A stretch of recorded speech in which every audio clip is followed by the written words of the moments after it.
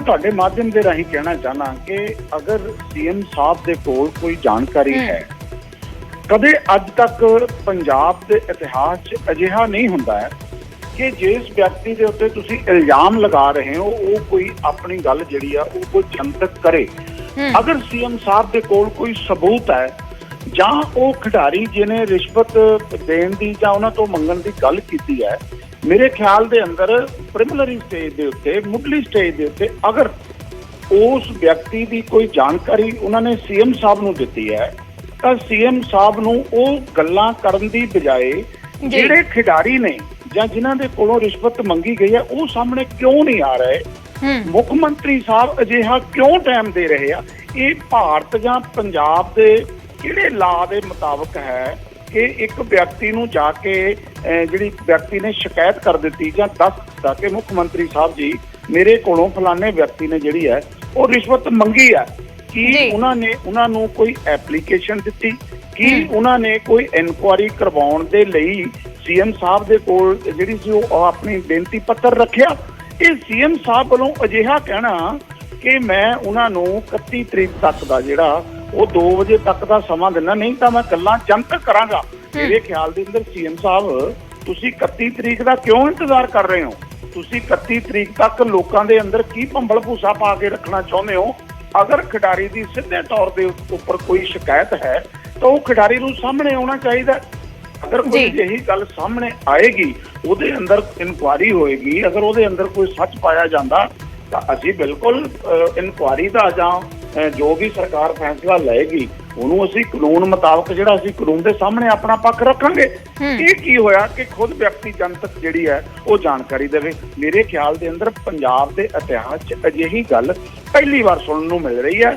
ਮੁੱਖ ਮੰਤਰੀ ਸਾਹਿਬ ਤੁਹਾਨੂੰ ਆਪ ਕਹਿਣ ਦੀ ਬਜਾਏ ਕਿ ਮੈਂ 31 ਤਰੀਕ ਤੱਕ ਦਾ ਸਮਾਂ ਦਿੰਦਾ, ਇਹ ਗੱਲ ਜਿਹੜੀ ਹੈ ਜੇ ਖਿਡਾਰੀ ਨੇ ਤੁਹਾਨੂੰ ਕੋਈ ਸ਼ਿਕਾਇਤ ਦੇ ਰੂਪ 'ਚ ਦਿੱਤੀ ਹੈ ਤਾਂ ਤੁਸੀਂ ਇਹਦੀ ਫਿਰ ਇਨਕੁਆਇਰੀ ਕਰਵਾਓ।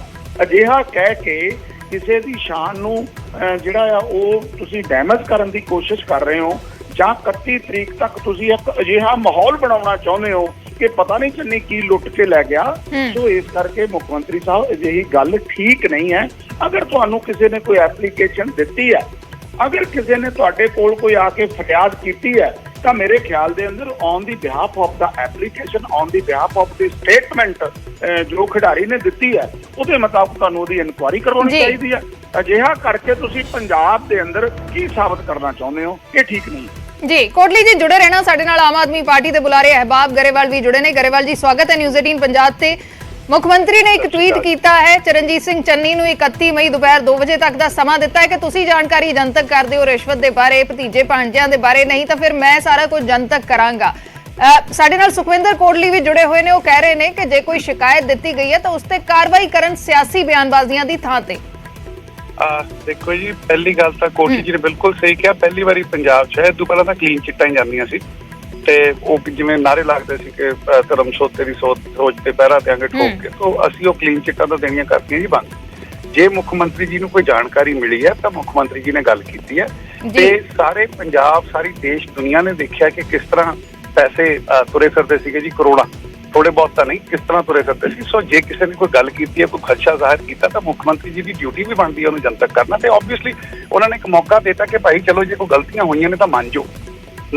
ਗਰੇਵਾਲ ਜੀ ਇੱਕ ਸਵਾਲ ਜੋ ਸੁਖਵਿੰਦਰ ਕੋਟਲੀ ਵੀ ਕਰ ਰਹੇ ਨੇ ਤੇ ਇੱਕ ਜਨਰਲ ਵੀ ਸਵਾਲ ਹੁੰਦਾ ਹੈ ਕਿ ਜੇ ਕਿਸੇ ਨੂੰ ਇਸ ਤਰੀਕੇ ਦੀ ਚੇਤਾਵਨੀ ਦਿੱਤੀ ਜਾਵੇ ਜਾਂ ਕਿਸੇ ਨੂੰ ਕਿਹਾ ਜਾਵੇ ਕਿ ਜੇ ਤੁਸੀਂ ਰਿਸ਼ਵਤ ਲਈ ਹੈ ਉਸ ਨੂੰ ਜਨਤਕ ਕਰੋ, ਕੌਣ ਐਵੇਂ ਜਨਤਕ ਕਰੇਗਾ?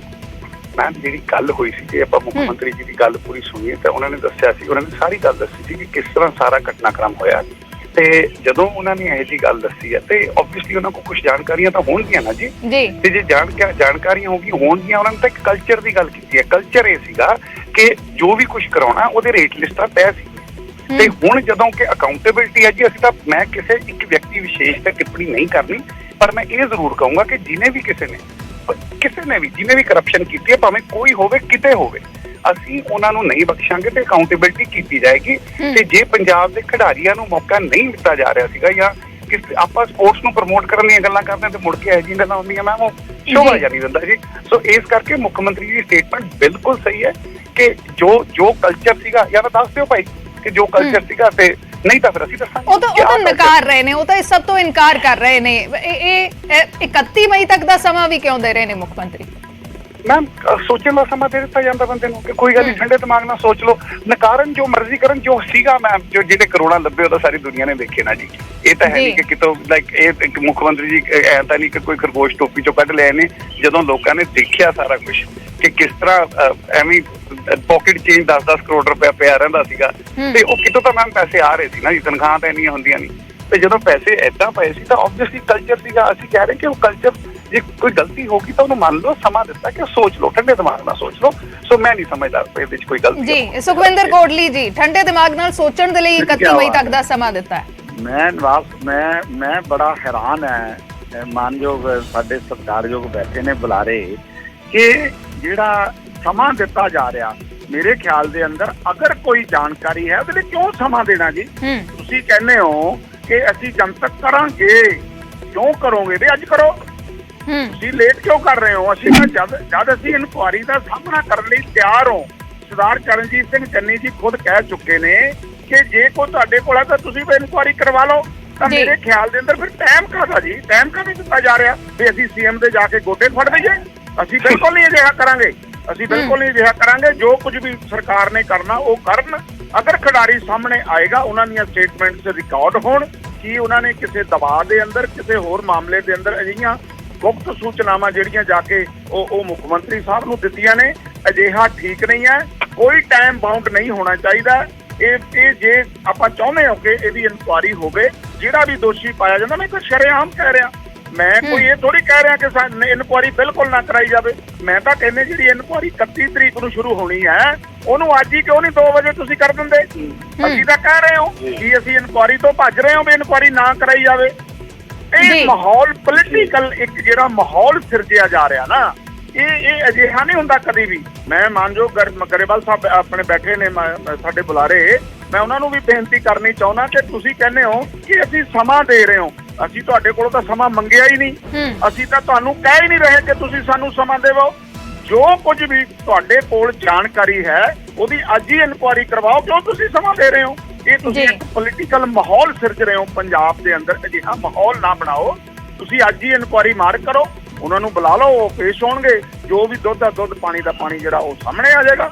ਇਹ ਇੱਕ ਮਾਹੌਲ ਬਣਾਉਣ ਦੀ ਜਿਹੜਾ ਸਿਰਜਣ ਦੀ ਕੋਸ਼ਿਸ਼ ਕੀਤੀ ਜਾ ਰਹੀ ਹੈ, ਇਹ ਬਿਲਕੁਲ ਵੀ ਅਸੀਂ ਤਾਂ ਸਮਾਂ ਮੰਗ ਹੀ ਨਹੀਂ ਰਹੇ ਜੀ। ਅਹਿਬਾਬ ਗਰੇਵਾਲ ਜੀ ਉਹ ਕਹਿ ਰਹੇ ਨੇ ਠੰਡੇ ਦਿਮਾਗ ਨਾਲ ਸੋਚਣ ਦੇ ਲਈ ਅਸੀਂ ਸਮਾਂ ਮੰਗਿਆ ਹੀ ਨਹੀਂ। ਖਿਡਾਰੀ ਹੁਣੇ ਕਿਉਂ ਨਹੀਂ ਸਾਹਮਣੇ ਲਿਆਂਦਾ ਜਾਂਦਾ?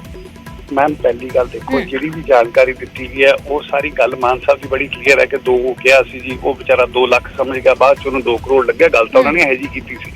ਅਸੀਂ ਨਹੀਂ ਚਾਹੁੰਦੇ ਕੋਈ ਗੋਡੇ ਫੜੇ ਕੁਛ ਕਰੇ। ਅਸੀਂ ਸਿਰਫ ਇਹ ਕਹਿ ਰਹੇ ਹਾਂ ਕਿ ਫਿਰ ਬਾਅਦ ਚੋਂ ਹੁੰਦਾ ਜੀ, ਜਦੋਂ ਇਨਕੁਆਇਰੀ ਹੁੰਦੀ ਹੈ, ਕਈ ਵਾਰੀ 50-50 ਲੱਖ ਰੁਪਏ ਉਹੀ ਗੱਡੀ 'ਚ ਵੀ ਆ ਜਾਂਦਾ ਹੁੰਦਾ ਨਾ ਜੀ। ਕਈ ਵਾਰੀ ਆ ਜਾਂਦਾ ਹੁੰਦਾ ਕੋਟਲੀ ਜੀ, ਮੈਂ ਤੁਹਾਡੇ ਵੱਲ ਆਵਾਂਗੀ, ਗੱਲ ਪੂਰੀ ਕਰ ਲੈਣ ਦਿਓ ਜੀ। ਗਰੇਵਾਲ ਪੋਲੀਟੀਕਲ ਪਾਰਟੀ ਜਿਹੜੀ ਹੁੰਦੀ ਹੈ ਉਹ ਪੋਲਿਟਿਕਸ ਹੀ ਕਰਦੀ ਹੈ, ਪਹਿਲੀ ਗੱਲ। ਦੂਜੀ ਗੱਲ, ਹਾਂ ਪੰਜਾਬ 'ਚ ਇੱਕ ਬਿਲਕੁਲ ਪੋਲੀਟੀਕਲ ਮਾਹੌਲ ਸਿਰਜਿਆ ਜਾ ਰਿਹਾ ਕਿ ਜਿਹੜਾ ਕਲਚਰ ਐਂਡ ਇੰਪਿਊਨਿਟੀ ਸੀ ਨਾ, ਕਿ ਇੱਥੋਂ ਵੀ ਲੈ ਲਓ ਤੇ ਆਹ ਵੀ ਲੈ ਲਓ ਤੇ ਪੈਸੇ ਤੋਂ ਬਿਨਾਂ ਹੋਣਾ ਕੁਛ ਨਹੀਂ, ਉਹ ਜਦੋਂ ਅਸੀਂ ਕਲਚਰ ਖਤਮ ਕੀਤਾ ਤਾਂ ਅਸੀਂ ਕਿਉਂ ਨਾ ਸਿਰਜੀਏ ਜੀ? ਕਿਉਂ ਉਹ ਮਾਹੌਲ ਨਾ ਦਿਖਾਈਏ ਅਸੀਂ ਲੋਕਾਂ ਨੂੰ ਕਿ ਦੇਖੋ ਪੰਜਾਬ 'ਚ ਕਲਚਰ ਖਤਮ ਹੋ ਗਿਆ?